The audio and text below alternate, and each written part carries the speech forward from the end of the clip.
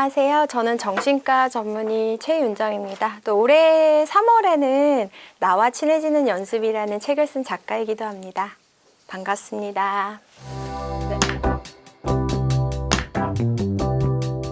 노년 어르신분들이 고민하시는 거는 단순히 이제 우울이나 불안의 문제는 아니고요. 사실 우리 삶의 거의 마지막 단계에서 마주하게 되는 심리적 과제와 닿아 있습니다. 여기서 제가 심리학자 에릭 에릭슨의 심리사회적 발달 이론에 대해서 말씀드려야 될 것 같아요. 에릭슨은 우리 삶에서 8단계의 심리사회적 발달 단계를 지나간다 이렇게 이야기를 했고요. 그 한 단계마다 우리는 심리적 과제를 부여받고 이 위기를 잘 극복해 나가는 과정에서 자아가 성숙하고 성공적인 삶을 살 수 있다고 이야기를 했어요. 예를 들면 이제 막 태어난 아기들 같은 경우에는요, 세상이 믿을 수 있는 곳인가 하는 심리적 과제를 부여받습니다. 울면 안아주고 배고프면 젖을 물려주는 안정적인 환경에서는요, 세상은 믿을 수 있는 곳이구나 하는 믿음을 갖게 되는 것이죠. 그런데 만약에 이렇게 안정적인 환경에 있지 못한 경우에는요, 세상에 대한 불신을 갖게 되고 두려움과 불안을 느끼게 됩니다. 또 대표적인 걸로는 우리 청소년기에는 정체성을 형성하잖아요. 그래서 정체성을 잘 형성하지 못한 경우에는 이 청소년기에 정체성의 위기라든지 혼란과 갈등을 겪게 되는 것이죠. 노년기에 마주하는 우리 심리적 과제는요, 자아 통합입니다. 에릭슨은 노년기를 삶의 결산기다 이렇게 이야기하기도 했는데요. 사실 자아 통합이라는 게 거창한 것은 아닙니다. 노년기에는 누구나 자신의 삶을 돌아보게 되잖아요. 내가 잘 살아온 것일까? 내 삶은 괜찮은 삶일까? 이런 질문들에 있어서 내 자신을 온전히 받아들이고 내가 살아온 삶, 그래, 완벽할 수는 없어. 하지만 꽤 괜찮은 삶이었어 라고 이야기할 수 있는 상태, 그것이 바로 자아 통합일 것입니다. 그런데 만약 그 과정에서 내가 정신적 고통을 겪거나 과거를 돌아보면서 후회한다라든지 누군가를 원망한다라든지 이런 괴로움을 안게 되시는 경우에는 여러 가지 위기와 고민을 겪게 되시는 것 같아요. 그래서 자아 통합이 잘 이루어지지 않을 때 혹은 자아 통합으로 가는 그 과정 속에서 고민이 발생하지 않나 싶습니다. 아마 지금 세대 분들이 노년기가 되시면요, 성별에 따른 차이가 그렇게 크지는 않으실 거예요. 근데 우리 어르신들이 살아오신 시대에는요, 내가 남성이냐 내가 여성이냐에 따라서 내가 내 삶을 선택하는 데 좀 제약이 많았습니다. 그리고 사회문화적으로 압력을 받는 전형적인 삶이 있었고 그런 삶을 살아야만 하는 그런 전형성이 있었죠. 그래서 남성분들 같은 경우에는 직업 중심, 일 중심으로 사시기가 굉장히 그럴 확률이 높았습니다. 그런데 우리가 나이가 들어 노년기가 되면요, 퇴직을 하게 되잖아요. 근데 또 하나 남성분들의 문제점이 인간관계조차도 직업 중심으로 형성된 경우가 많다라는 것이죠. 그래서 가족관계라든지 그 외의 인간관계는 아무래도 내가 소홀할 수밖에 없는 그런 상황에서 내가 은퇴를 하게 되면 너무나 축하받아야 되고 너무 행복한 일인데도 당사자는 상실감을 느끼고 방황하시는 경우도 있고요. 바이오리듬을 잃고 하루를 어떻게 보내야 될지 모르겠다 괴로워하시면서 우울증이 발병하는 경우도 있습니다. 당사자는 퇴직에 대해서 즐겁게 생각하지 않으시고 오히려 괴로워하는 굉장히 모순적인 그런 현상들이 발생을 하는데요. 또 이분들이 이제 와서 가족관계 속에서 혹은 다른 인간관계 속에서 자신의 존재감을 확인하고 싶지만 이제 와서 존재감을 확인하기에는 그동안 살아온 삶이 너무나 직업 중심으로 이루어져 있었던 거죠. 그래서 내 자신의 존재감을 어디서 찾아야 할까? 그동안은 일에서 찾았는데 이제 나는 누구인가 하는 정체성의 위기도 경험하시게 됩니다. 또 반면 여성분들은요, 관계 중심의 삶을 사시는 경우가 많았어요. 특히 지금 어르신분들은요. 그래서 나는 항상 뒷전으로 하고 나보다는 우리 가족들, 내 남편의 부인의 역할, 자식들을 위한 어머니의 역할에 굉장히 몰두하면서 거기에 내 많은 에너지를 할애하면서 살아오셨거든요. 근데 이제 나이가 드시고 내 아이 돌봄이 이제 더 이상 필요치 않게 되는 경우가 많아요. 특히 자녀분들 장성하시면은 내가 정말 에너지와 사랑을 쏟던 대상이 사라지면서 그것을 빈둥지 증후군이라고 말하기도 하거든요. 어미새가 아가새들을 이렇게 품어서 소중하게 키우다가 새들이 이제 다 크고 나면 날아가 버리면 텅 빈 그 둥지의 모습 같다고 해서 여기에 빗대어 표현도 하는데요. 많은 여성 어르신들이, 어머님들이 자녀들 잘 크고 잘 키워냈고 정말 훌륭한 삶을 사셨음에도 불구하고 상실감을 느끼시고 외로움을 느끼시고 뭔가 이제는 나에게 좀 더 집중하고 나의 행복을 추구하셔도 되는데 어떻게 해야 되는지 나에게 관심을 기울이고 나로서 살아가는 게 오히려 낯설어 버리신 거예요. 그래서 세부적으로 보면 남성과 여성이 노년기에 겪게 되는 그런 고민의 양상이 좀 다른 것 같이 보여도요. 큰 맥락에서는 사실 같은 이야기를 하고 있는 겁니다. 남성분들 같은 경우에는 일 너머의 나를 발견해야 되고요. 여성분들 같은 경우에는 다른 사람과의 관계가 아닌 우리 가족들 속의 내가 아닌 나 본연의 나를 찾아야 되는 두 경우 모두 나로서의 나의 삶을 다시 되찾아야 하는 그러한 고민들을 갖고 계신 것이죠.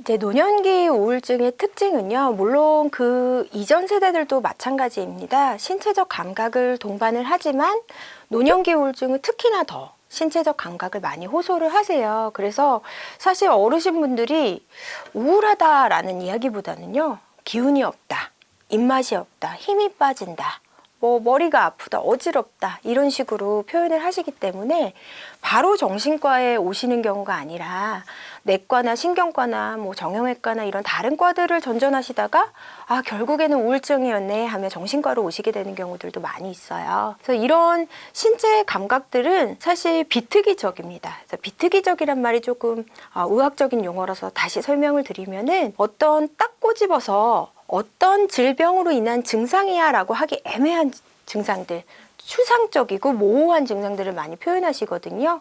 가슴이 답답하다라든지 입맛이 없다, 기운이 없다 이런 식으로 다양하게 표현을 하시는데 특히 어르신분들 같은 경우에는 이런 신체 증상을 이야기를 하시는데 검사를 해봐도 마땅한 병이 진단되는 건 없다 하실 때 혹시 우울하신 게 아닐까 내지는 불안하신 게 아닐까 한번 생각해 보실 필요도 있을 것 같습니다. 사실 우리가 감각, 감정, 생각을 알아차릴 수 있는데요. 이 세 가지 중에 가장 잘 알아차릴 수 있는 부분이 감각이거든요. 그래서 특히 우울증 초기에는 정서적인 불편감이 내가 크게 느껴지지 않아도 감각적 변화는 인식하시는 경우가 많이 있어요. 그리고 어르신분들은 자기 감정을 억누르면서 살아오신 분들이 많기 때문에 옛날 시대에서 좀 그런 문화적 압력이 있었거든요. 그래서 감정을 알아차리기보다는 감각의 변화로 호소하시는 경우가 많이 있습니다.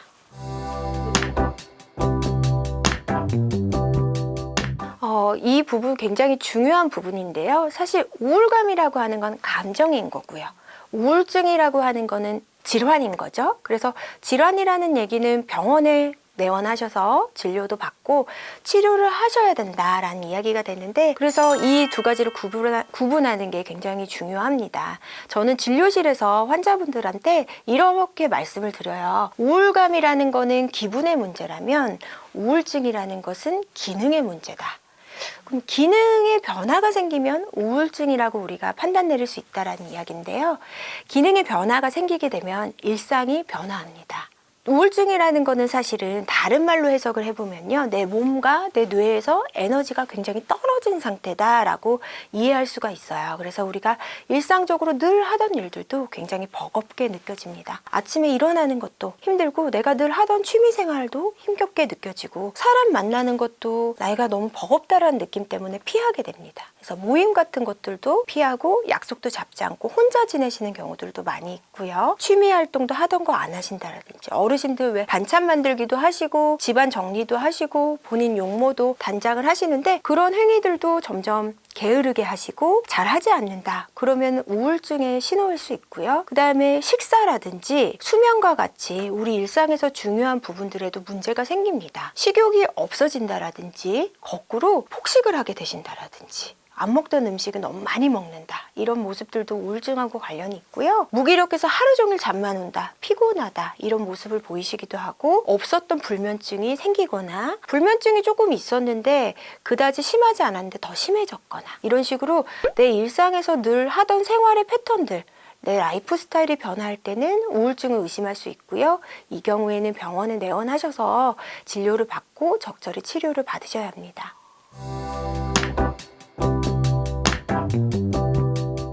일단 노화가 되면요. 그 전에 세대들보다 이제 우리가 생리적 변화로, 노화로 인한 생리적 변화로 불면증이 생길 확률이 높아지시는 건 사실입니다. 근데 이제 한번 살펴보면은 결국에는 대부분의 분들이 2차성이세요. 그러니까 1차성과 우리 불면증의 1차성과 2차성으로 나눠볼 수가 있는데요. 1차성 불면증은 다른 원인 없이 불면증만 있는 경우, 즉 아까 말씀드린 뭐 생리적인 노화로 인한 변화라든지 아니면 타고난 수면 회로 자체가 좀 약해서 불면증이 있으신 경우, 이런 게 이제 1차적인 불면증이다라고 할 수 있겠고요. 다른 원인으로 인해서 불면증이 생긴 경우가 우리가 2차성이라고 말을 하는데요. 거의 한 7, 80%의 분들이요, 2차성이세요. 그러니까 노인분들이 본인의 감정을 표현하는 게 어색하시다 보니까 잠만 자게 해달라, 수면제만 달라 이런 얘기들 많이 하시거든요. 근데 여쭤보면 사실 우울하시고 불안하신 거죠. 근데 자신의 우울한 감정과 불안한 감정을 잘 알아차리시지 못하시기 때문에 불면증은 모를 수가 없잖아요. 그래서 불면증만 얘기를 하시지만 그 백그라운드에는 우울과 불안이라든지 여러 가지 정서적인 불편감들이 깔려 있는 경우가 대부분이고요. 불면증은 분명히 우리에게 있어서 정서적인 악영향을 줍니다.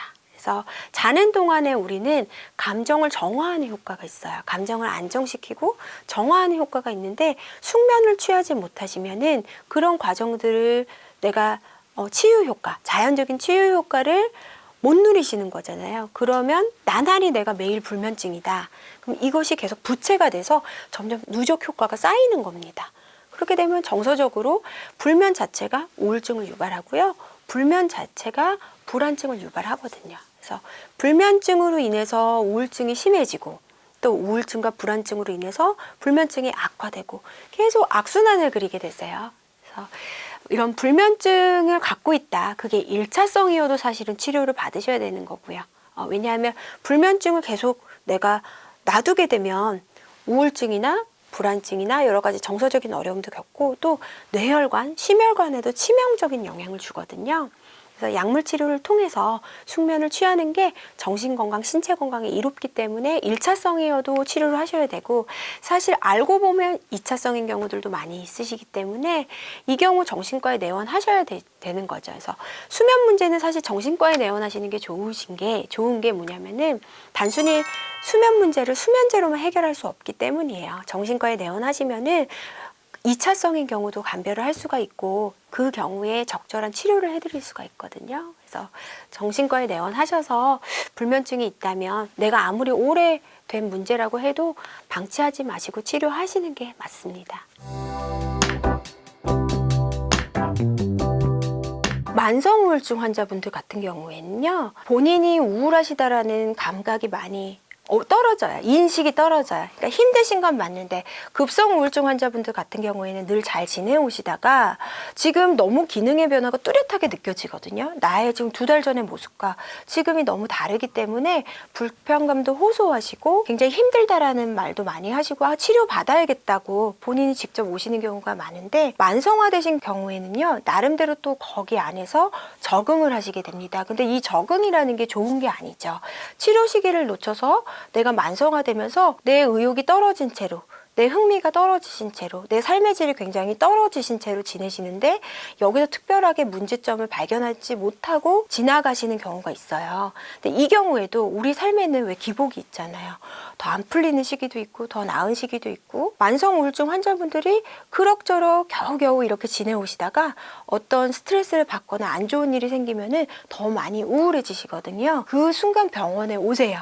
그때 왔을 때 쭉 환자분의 히스토리를 들어보면은 지금 뭐 한 2-3달 전부터 더 나빠지시긴 했지만 그 전에도 완전히 잘 지내시진 않으신 거예요. 그래서 제가 이 부분에 대해서 설명을 드리는데요. 환자분들 같은 경우에도 급성 우울증 환자분보다 만성 우울증 환자분들은 치료의 목표가 굉장히 낮게 설정하신 경우가 있어요. 내가 좋아져도 얼마만큼 좋아질 수 있을지에 대한 확신도 굉장히 낮으시고 내가 완전히 굉장히 행복하고 편안하게 편안한 마음으로 집중도 잘하고 이렇게 일상생활을 잘 꾸려나갈 수 있다는 자신감이 많이 떨어지세요. 그래서 급성 환자분들은 내 우울증이 완치될 수 있다라는 그러한 어떤 목표도 있으시고 잘 지낼 것이다라는 어떤 의지도 있으신데, 만성화되신 분들은 내가 지금 뭐 잠만 자게 해주세요 라든지 울지 않게 해주세요, 일만 할 수 있게 해주세요 라든지 이렇게 목표를 굉장히 낮게 설정하시는 경우가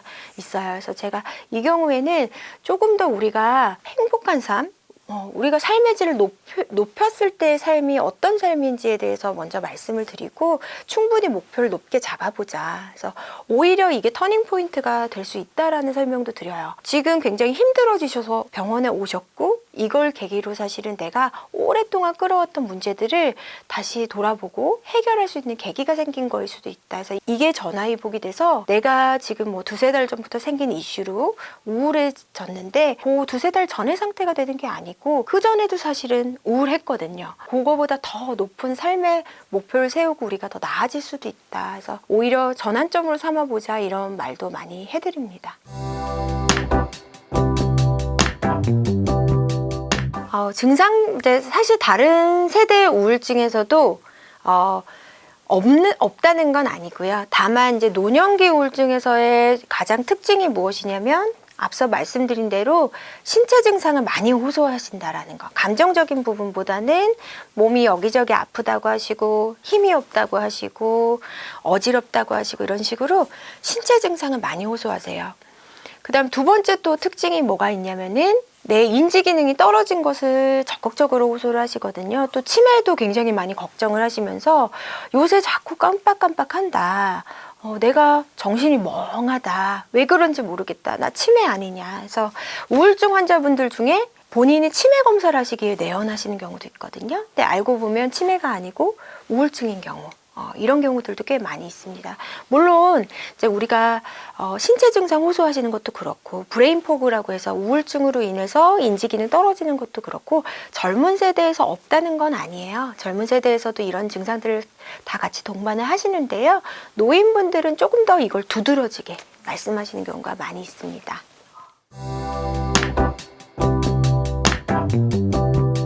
이제 우리가 흔히 이런 얘기들 많이 하시거든요. 그러니까 우울증인지 몰랐다. 가족분들도 그렇게 표현을 하시거든요.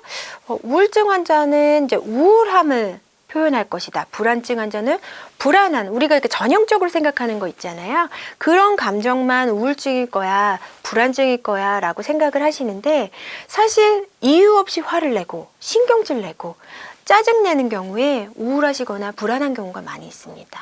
그래서 가족분들이 혹시 굉장히 예민해졌다, 짜증이 많아졌어, 왜 이렇게 신경질을 내, 이런 내가 생각이 든다라고 하면은 사실 우리 가족이 혹시 우울증 아니야? 불안한 거 아니야? 한번 의심해 보실 필요가 있고요. 또 그런 거랑 다르게 오히려 감정 표현이 없어지시는 경우도 있어요. 표정도 좀 둔해지시고 표정 변화가 없고 감정도 좀 거의 표현을 안 하게 변화했다. 이것도 우울증의 신호가 될 수 있습니다. 그리고 아까 그 기능의 문제 이런 말씀도 드렸는데요. 내가 우리 가족을 관찰했을 때 생활하는 게 달라졌는데 이걸 본인은 또 미처 인식을 못 하시는데 다른 사람이 피드백을 주는 경우도 있어요. 실제 우울증 환자분들 중에 직장 동료가 권유해서 오시는 경우도 있고요.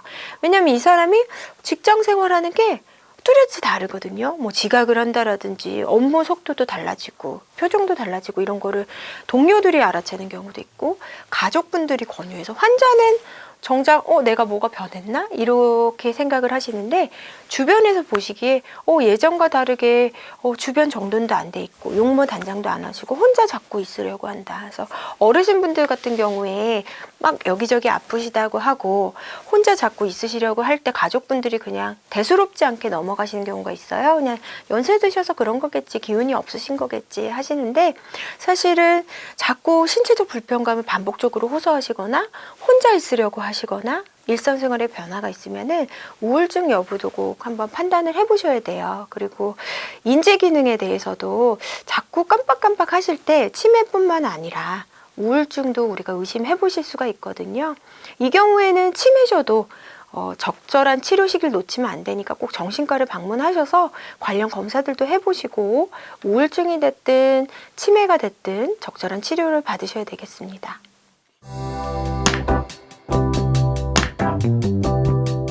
진짜 증상만 놓고 보면요, 초기 치매 환자분하고 우울증 환자분하고 구별이 안 될 때도 있어요. 왜냐하면 초기 치매 환자분들도 의욕이 떨어지고 흥미가 떨어지고 표정도 좀 변화가 없어지시고 뭐 이런 경우도 있고, 또 우울증 환자도 치매 환자분들처럼 인지 기능이 떨어지는 게 비슷하잖아요. 그 양상이 비슷하기 때문에 증상만 놓고 보면 이분이 치매인가 우울증인가 혼란이 오는 경우가 있고, 또 어르신분들 같은 경우에는 두 가지 병을 동시에 갖고 계시는 경우도 있기 때문에 증상으로 구별하기가 좀 어려움이 있습니다. 이럴 때는 병의 경과를 보시면 우리가 구별을 할 수 있는데요. 우울증으로 인한 인지기능 저하, 이것을 저희가 이제 정신과 의사들은 슈도 디멘시아다. 슈도라는 뜻은 가짜라는 뜻이거든요. 가짜 치매다 이렇게 표현하기도 하는데, 이 가짜 치매로 인한 인지기능 저하는 수주에서 수개월 내에 급격하게 발생하시는 경우가 있어요. 그렇기 때문에 환자분들도 위기감을 느끼시는 거죠. 갑자기 내가 뭔가 기억력도 떨어지고 나한테 문제가 있어. 이렇게 환자분들도 굉장히 걱정을 많이 하시거든요. 반면 진짜 치매 환자분들은 수년간에 걸쳐서 서서히 진행이 되세요. 서서히 이렇게 퇴행이 되는 부분이시기 때문에 환자 본인은 오히려 인식하지 못하시는 경우가 있어요. 점점 퇴행이 꾸준하게 이루어져 있기 때문에 내가 기억력이 떨어졌나? 이거를 잘 모르시는데, 이제 가족분들이나 주변 분들이 보시기에는 좀 달라진 것 같다 이렇게 이야기를 하시고요.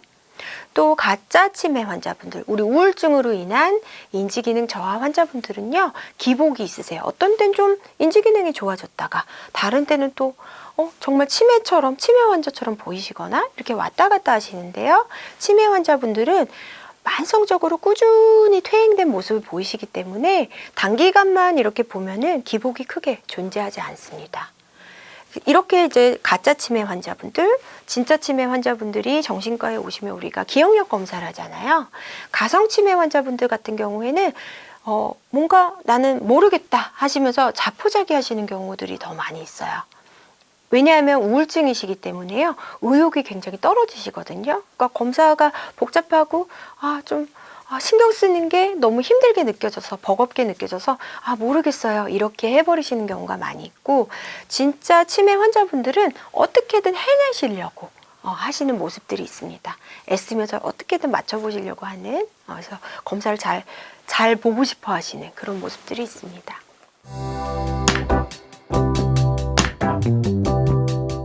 노화가 되면 이제 사회적으로도 고립되고, 말씀하신 대로 뭐 직업도 상실하고 건강 문제도 발생하고 여러 가지 문제들이 동반돼서 굉장히 복합적으로 우울증에 영향을 주는데요.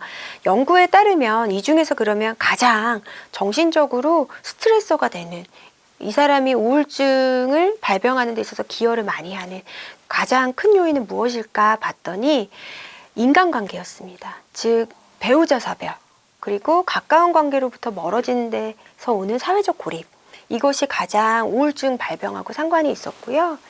이거를 좀 예방하기 위해서는 아무래도 우리가 젊은 세대보다는 어르신분들이 되실수록요, 내가 의도를 갖지 않으면 좀 혼자 지내는 시간이 많아지실 수밖에 없어요. 그래서 좀 의도적으로 내 삶에 사회활동을 좀 꾸준히 할 수 있는, 일회성 만남 말고 내가 뭐 종교활동을 하시거나 취미활동, 뭐 동호회 같은 것들 참여하셔도 되고요. 내가 사람을 꾸준히 만날 수 있는, 정기적으로 만날 수 있는 그런 장치들을 마련해 두시면은 이런 사회적 고립으로부터 나를 좀 보호를 하실 수 있는 효과가 있습니다. 또 하나, 우리가 이제 사회적 고립이 되면 외로움을 느끼시고 소외감을 느끼시고 이게 우울한 감정에 기여를 하게 되는데, 혼자 있는 시간을 내가 어떻게 해석하느냐도 굉장히 중요할 수 있을 것 같아요. 내가 단순히 나는 굉장히 외롭다, 황량하다, 쓸쓸하다, 뭔가 결여돼 있다, 고독하다 이렇게 느끼시면 사실 내가 노년기에는 누구나 전보다는 혼자 있는 시간이 늘어나는 거거든요. 그런데 이렇게 부정적인 해석을 하시면은 우울해지실 수밖에 없는 거죠. 근데 드디어 나를 위한 삶을 살게 됐어. 나에게 집중할 수 있어. 나 자유롭다. 나 뭐 배워보지? 어떻게 성장해볼까? 나 편안하다. 이렇게 평온하다 이렇게 생각하시면은 내가 혼자 있는 시간을 어떻게 해석하시냐에 따라서 노년기 삶을 바라보는 시각이 달라지실 것 같습니다.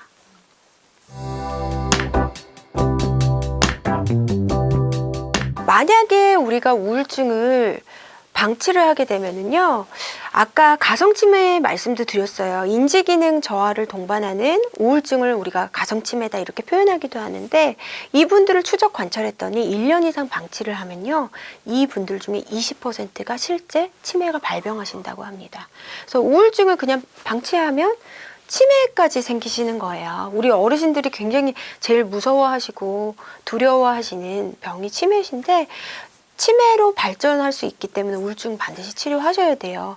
또 국내 한 대규모 연구에 따르면요, 우울증을 2년 이상 방치를 하게 되면 치매 발병 위험률이 12배에서 46배까지 증가한다, 이런 결과들도 있거든요. 그래서 치매와 우울증이 증상만 비슷할 뿐 아니라 우울증 자체가 치매의 원인이 될 수 있어요. 그래서 절대 방치하시면 안 되겠다 하는 말씀 드릴 수 있고, 또 우울해지면 사회적으로 고립되잖아요. 의욕이 없기 때문에 굉장히 사람을 대하는 것조차 되게 버겁게 느껴지시거든요. 고립이 되면 또 더 우울해져요. 외롭고 이런 현상들 때문에 악순환을 계속 만들어낼 수가 있고, 또 활동량이 줄어드시기 때문에요, 당연히 운동이나 일상 활동도 굉장히 줄어들기 때문에 실제 활동량을 많이 높이시면 우울증 예방 효과가 40%에 달하거든요. 활동을 안 하는 것만으로도 우리는 건강을 잃게 될 수가 있어요. 신체 건강을. 그래서 우울증을 방치하면 치매 위험성도 있고, 사회적인 인간관계도 잃어버리시게 되고, 신체적인 건강도 안 좋아지시고, 또한 저희과에서 제일 무서워하는 현상이죠. 자살 위험성도 있기 때문에요, 반드시 치료하셨으면 좋겠습니다.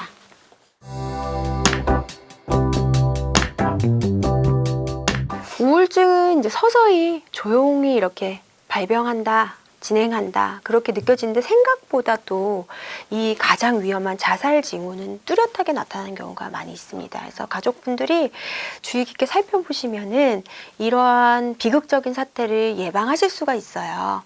가장 먼저 즉각적이다라는 표현을 하셨는데, 만약에 우리 가족이 자살 시도를 했다, 이거는 정말 지체하셔서는 안 됩니다. 자살 시도를 하면 입원 치료를 권유받게 되거든요. 그렇기 때문에 가족들도 같이 동반하셔서, 낮이다 하면은 이제 정신과로 가시면 되고, 야간이다 그러면 병원이 다 문을 닫았잖아요.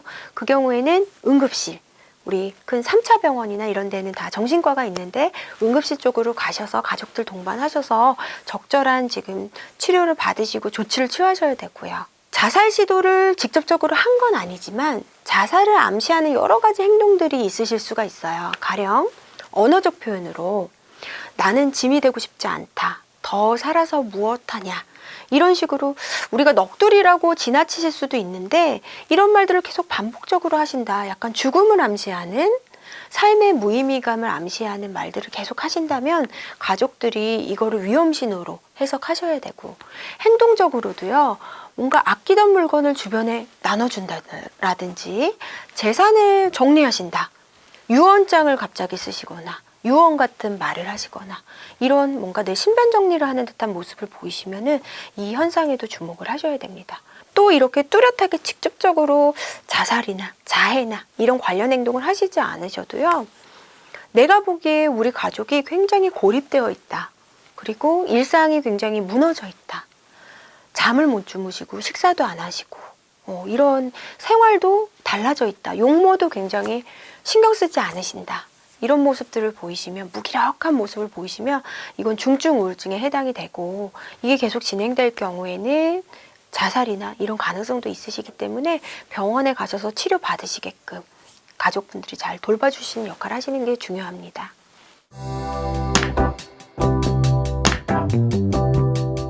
전화 통화를 하셨을 때 아까 말씀드린 대로 뭔가 더 살아서 뭐해, 약간 삶을 포기하는 듯한, 그리고 자신의 자존감이 굉장히 위기를 겪는, 나는 별로 이제 늙어서 쓸모도 없고 이런 식으로, 내가 이제 와서 뭐가 달라지겠냐, 뭔가 우리가 자살의 가장 큰 위험 인자가 뭐냐면요, 희망 없음이거든요. 나에게 삶에 희망이 없다. 나라는 존재에 희망이 없다. 이렇게 생각하시는 분들은 자살을 이행할 확률이 굉장히 높다. 자살 시도를 하실 확률이 높다라는 결과도 있어요. 그래서 나의 엄마, 나의 아버지한테 그런 모습이 보인다. 좀 말씀을 하실 때 자존감도 굉장히 떨어져 보이시고 앞날에 대해서 별 희망이 안 느껴지는 그런 이야기들 하신다라고 하면 좀 의심을 해보셔야 되고요. 또 아마 이렇게 전화 통화를 통해서 아버지 요즘 뭐 하세요? 어머니 요새 뭐 하세요? 이렇게 좀 일상을 물어보실 수는 있을 거예요. 근데 그 일상 생활이 좀 변화하신 건 아닐까? 이런 것들 또 한번 주목해 보실 필요가 있고, 짜증이 많아지시고 예민해지셨다. 이런 것들도 하나의 시그널이실 수 있습니다. 그리고 전과 달리 여기저기 아파, 여기 아파, 저기 아파 이런 얘기들 하시는 경우, 잠이 안 온다, 소화가 안 된다. 이런 식으로 신체 증상을 얘기하시면 이거 사실은 어르신분들도 정확히 그걸 의도하신 건 아닐 수도 있어요. 내가 우울하다는 표현 대신 우리 딸한테 우리 아들한테 소화 안 된다고 표현해야지 이렇게 의도하신 건 아닐 수는 있지만 무의식적으로 이게 나 도와줘, 나 힘들어 이런 얘기실 수 있거든요. 특히 아까도 말씀드렸지만 어르신분들 세대에는요, 감정 표현하는 거가 굉장히 낯서세요. 어색하니까 우리 아들한테 딸한테 나 우울하다, 나 사실 요새 외롭다 이 말보다는 차라리 나 요새 입맛이 없다, 기운이 없다, 이게 편하신 거예요.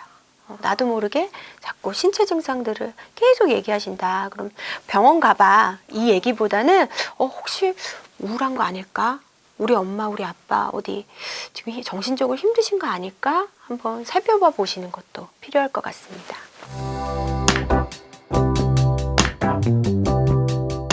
이 채널의 구독자분들이 이제 어르신들이라고 많이 들었거든요.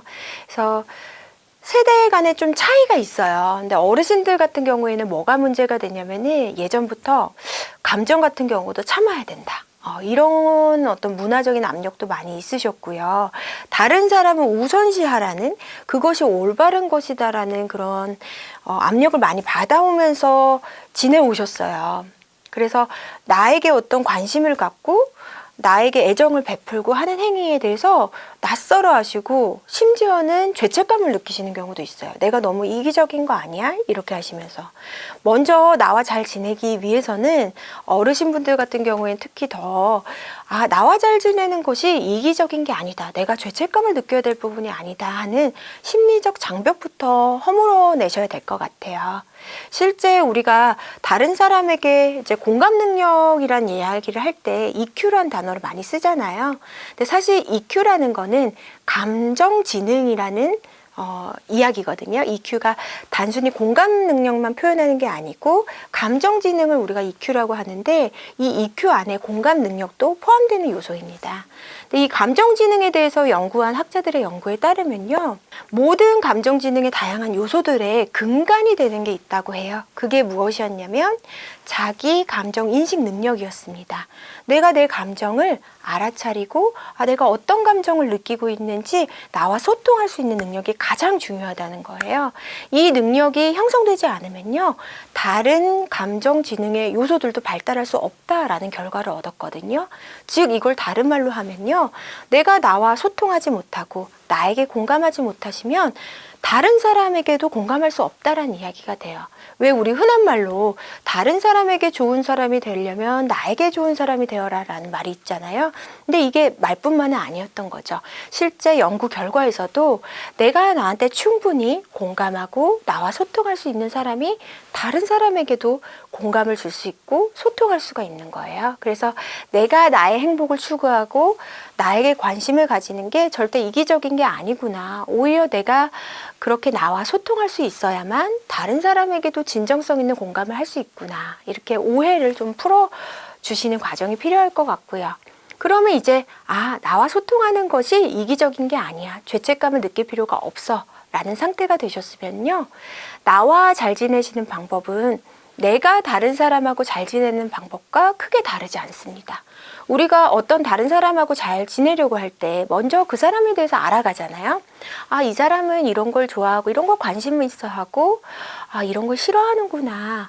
그러면서 그 사람에게 대해 관심을 보이고 정보를 알아내고 또 그 사람과 함께 일회성인 관심으로 그치는 게 아니라 시간과 뭐 이런 것들 소통을 하고 교감을 하고 시간을 보내면서 믿음도 쌓아가고 관계가 점점 견고해지고 좋은 관계로 우리가 발전해 나갈 수 있는 거잖아요. 나 자신과의 관계도 똑같습니다. 나에게 먼저 관심을 기울이시고요. 나에게 질문도 던져보고 내 감정은 지금 어떤 상태일까? 지금 나는 무슨 생각을 하고 있을까?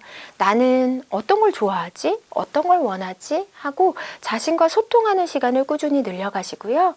나에게 이로운 활동들, 내가 원하는 것들을 조금씩 해나가시면은 그것이 일상의 루틴이 되시면은 나와 좋은 관계를 맺을 수 있어요. 거창한 게 아니셔도 내가 좋아하는 어떤 음식을 대접해 준다라든지 내가 좋아하는 산책을 하게 해준다라든지 이런 식으로 나와 연결을 계속 유지하시면서 나에게 이로운 행동들을 일상에서 해나가시면은 나와 좋은 관계를 맺을 수 있습니다.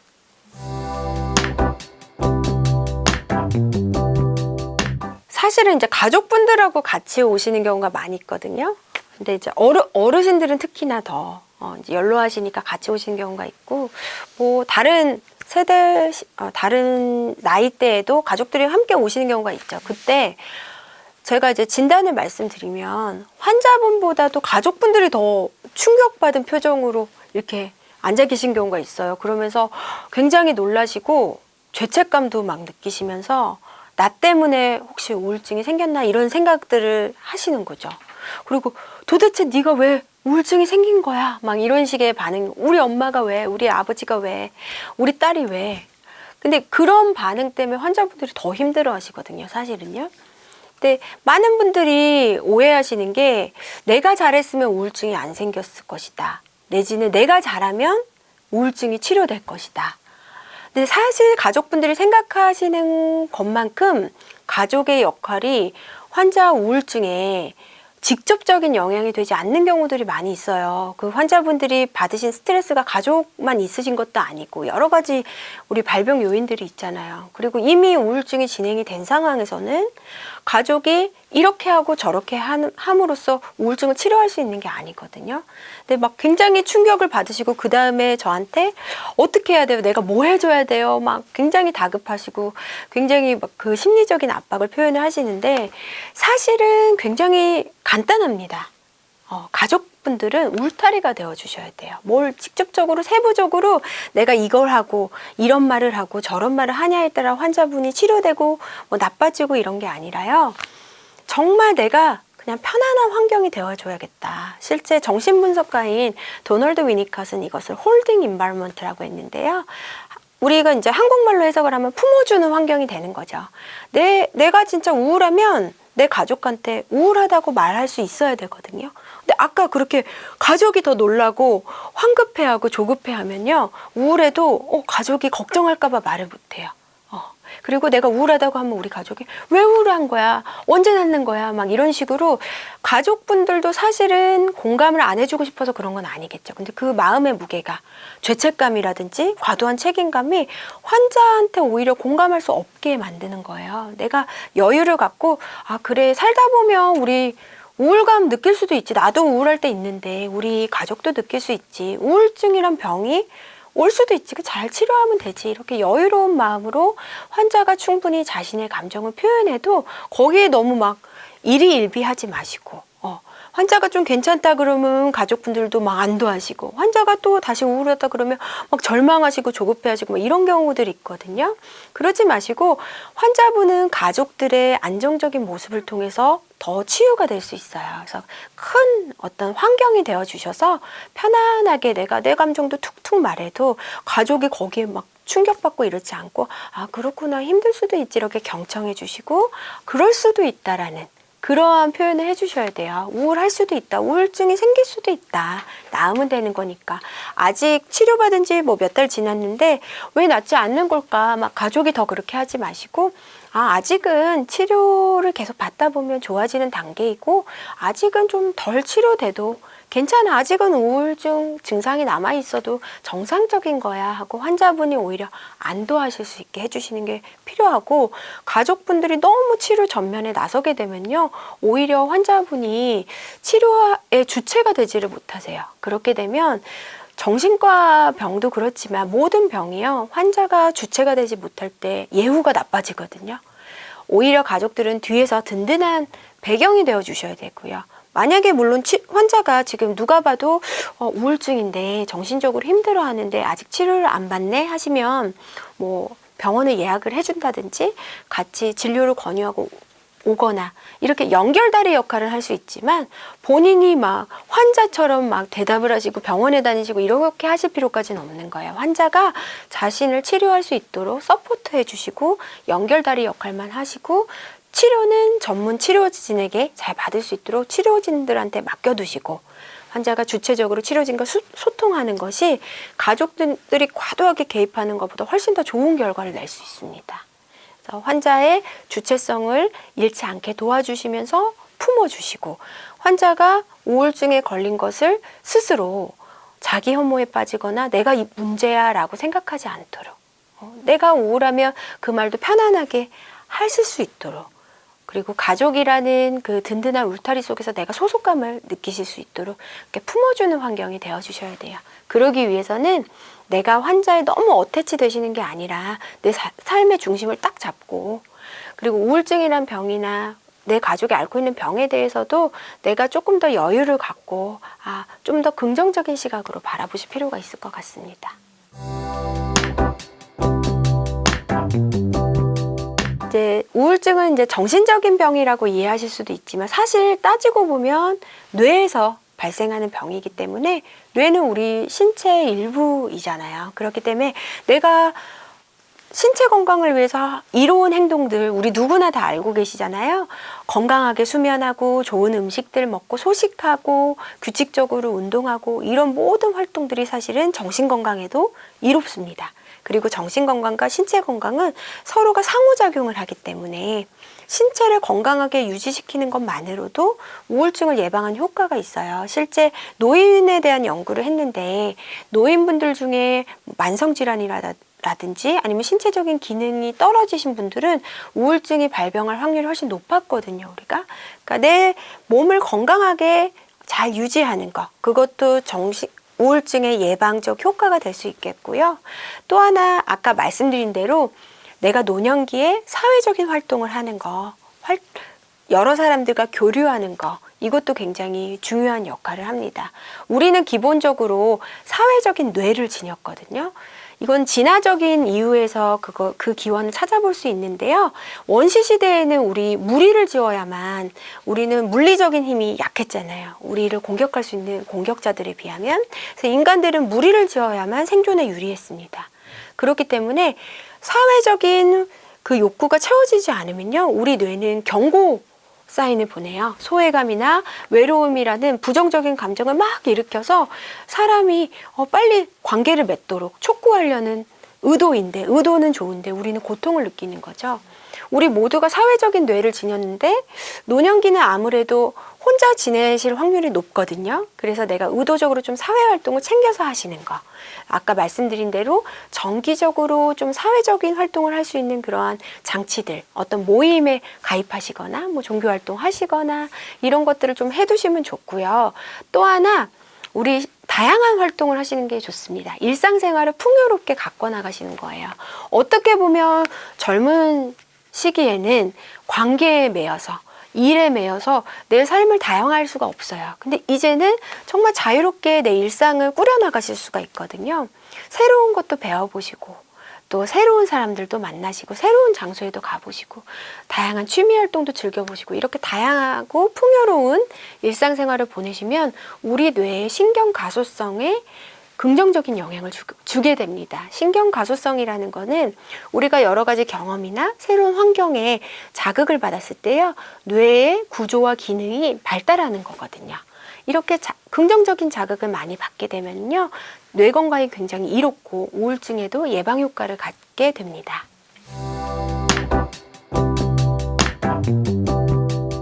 많은 분들이 또 환자분들도 오해하시는 경우들이 있고, 많은 분들이 내가 신체적으로 이렇게 계속 떨어지고 약해지니까 정신적인 능력도 약해질 거야 라고 오해하시는 경우가 있는데, 사실 이거는 이제 연령 중심 편견에 가까운 거죠. 나이 들어간다라는 거를 좀 부정적으로 생각하시는, 약해진다라는 의미로만 생각하시는. 근데 놀랍게도요, 나이가 들면 오히려 회복 탄력성, 스트레스 대처 능력이 향상된다는 결과들이 많이 있습니다.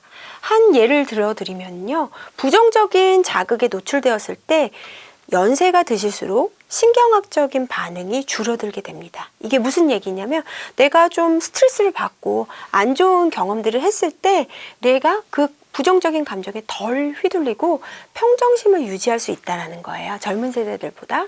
그래서 스트레스 대처 능력이 오히려 강화되신 거죠. 또 하나, 우리는 모두, 우리의 뇌는 부정 편향되어 있거든요. 부정적인 것과 긍정적인 것이 함께 주어지면 부정적인 것에 더 예민하게 반응하는 뇌를 가지고 있습니다. 이거 역시도 진화적인 이유에서인데요.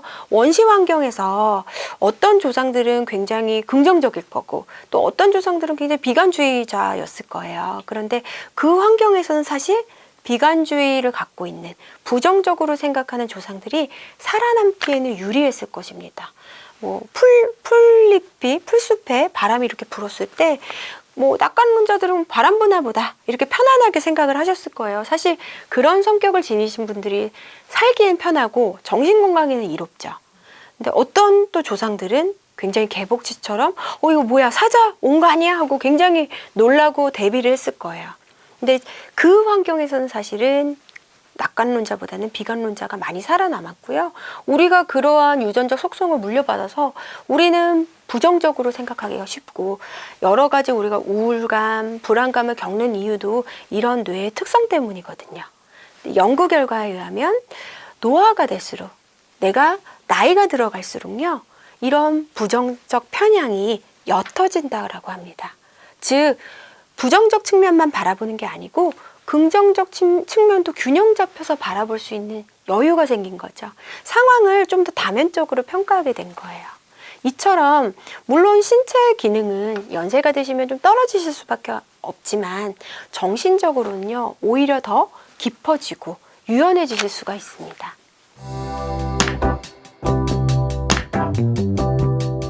어르신분들은 나랑 잘 지내는 게 뭘까? 나에게 어떻게 해줘야 된다라는 개념 자체가 굉장히 낯설게 느껴지실 거예요. 사실은 우리가 굉장히 많이, 지금은 내 일상을 내가 자유롭게, 자율적으로 지금 구상하실 수가 있잖아요. 별게 아닌 것들도 나와의 관계를 이롭게 만들어질 수 있고, 나랑 연대감을 느낄 수가 있거든요. 가령 아침에 그냥 하나의 루틴으로 오늘 내 감정은 어떻지? 하고 물어보실 수 있습니다. 이걸 좀 더 구체화하시면 감정일기 같은 걸 써보실 수도 있고요. 내 감정에 대해서 한번 쭉 적어보시면 내 머릿속에 떠돌던 감정들이 텍스트로 보이면서 나에 대해서 좀 이해할 수 있는 창구가 되거든요. 또 내 생각도 같이 적어보실 수도 있고요. 이때 감각에 대한 평가도 해보실 수 있는데, 내가 불안한 감정을 느낄 때는 답답해하는구나, 이런 식으로 내가 나에 대한 질문을 던지고 나와 소통하려고 하시면 하실수록 나에 대해서 이해하는 범주가 넓어집니다. 그리고 이러한 노력들은 사실 우리가 자신의 내면을 이해하는 노력이 내면의 해상도를 높이게 되거든요. 근데 내면을 선명하게 바라볼 수 있는 힘이 커질수록 정신건강에 굉장히 이롭다라는 결과들이 많이 있어요. 그래서 내가 나랑 자꾸 소통하시려고 하는 게 좋고, 또 하나, 우리는 사실 자기 자신하고 대화를 나누고 있거든요. 그거를 인식하지 못해서 그렇지, 사실 대화를 하루 종일 하고 있어요. 근데 내가 나랑 어떤 대화를 하고 있는지 한번 관찰해 보세요. 어떤 분들은 자신에게 굉장히 우호적이고 지지적인 그런 대화들을 많이 하실 거예요. 수고했다라든지, 대견하다, 자랑스럽다, 이런 식으로 나한테 굉장히 친밀한 대화들을 많이 나누고 계실 거고요. 어떤 분들은 비난하고 판단하는 대화들, 왜 이 모양이야, 왜 이거밖에 못해, 라는 식으로 자신을 탓하고 자존감을 깎아먹는 대화를 할 수 있습니다. 근데 우리가 생각해 보면 먼 관계보다 가까운 관계에서 주고받는 영향이 굉장히 크거든요. 뭐 그냥 지나가는 사람이 나를 비난하면 물론 그것도 기분은 좋지 않지만 더 가까운 내 믿었던 친구나 가족분들이 나를 상처를 주었다 하는 게 더 많이 아프거든요. 이렇게 관계가 가까울수록 우리는 많은 영향을 받는데 사실 가장 가까운 관계가 나와의 관계거든요. 근데 나는 나를 계속 판단을 해. 나를 비난을 해. 그리고 자꾸 사랑을 줄 때도 조건을 걸어. 이렇게 해야 널 사랑할 거야. 협박도 막 서슴지 않거든요. 너 이러면은 나 너 사랑 안 해줘? 이런 식으로 자기와 부정적인 대화를 나누면 나와 관계가 좋아질 수가 없겠죠. 그래서 내가 지금 나랑 어떤 대화를 나누고 있지 한번 살펴보시고 만약에 나는 사실 나한테 굉장히 냉정하구나. 남한테는 착한 사람, 남한테는 다정한 사람일지 몰라도 나한테는 가혹했구나 하신다면요. 나한테 좋은 말을 건네는 걸 연습해 보세요. 실제 우리 자기연민 치료라는 게 있는데요. 이 자기연민 치료에서 내 자신에게 좋은 말을 건네는 게 하나의 치유 방법으로 우리가 쓰이고 있습니다. 그래서 나한테 좋은 말 건네는 거, 긍정적인 말 건네는 거 자꾸 버릇이 되고 습관이 되시면은 나에 대한 태도가 바뀔 수 있고 나와 유대감이 깊어지실 수가 있어요. 이때 나한테 좋은 말 건네는 게 어색해, 낯설다 이렇게 생각을 하신다면요. 내 주변의 관계들을 한번 보세요. 내가 정말 사랑하는 대상 한번 떠올려 보셔도 좋습니다. 예를 들면 나는 우리 아들한테 정말 사랑을 느끼고 조건 없는 사랑을 준다. 그러면 내 아들한테 말하듯이 나한테 말해야 되는구나 라고 생각해 보실 수가 있어요. 내 아들이 힘들어할 때 내 아들한테 탓하는 말 하지 않을 거거든요. 위로해주고 격려해주고 누구나 그래 하고 공감해 줄 거거든요. 내 배우자, 내 아들이라든지 내가 정말 사랑하는 그 대상한테 하듯이 내 친한 친구 그렇게 하듯이 나한테 그렇게 정말 나한테 따뜻한 말을 해야 된다라고 생각해 보실 수도 있고 또 하나는 나를 정말 사랑해 주었던 대상이 있다면 그 대상을 떠올려 보셔도 좋습니다. 부모님이라든지 뭐 조부모님이 될 수도 있고요. 내 친구라든지 나한테 정말 따뜻하게 대해주는 사람들이 있으실 거예요. 그 사람들이 나한테 어떻게 대하는지 한번 관찰해 보시고 그 사람들이 나한테 대하듯이 나도 나한테 이렇게 사랑을 베풀어야 하는구나 라고 생각해 보실 수 있을 것입니다. 네, 성공적인 노년에 대해서 많은 분들이 고민을 하시는데 삶의 아까 에릭슨이 결산기라고도 했으니까요.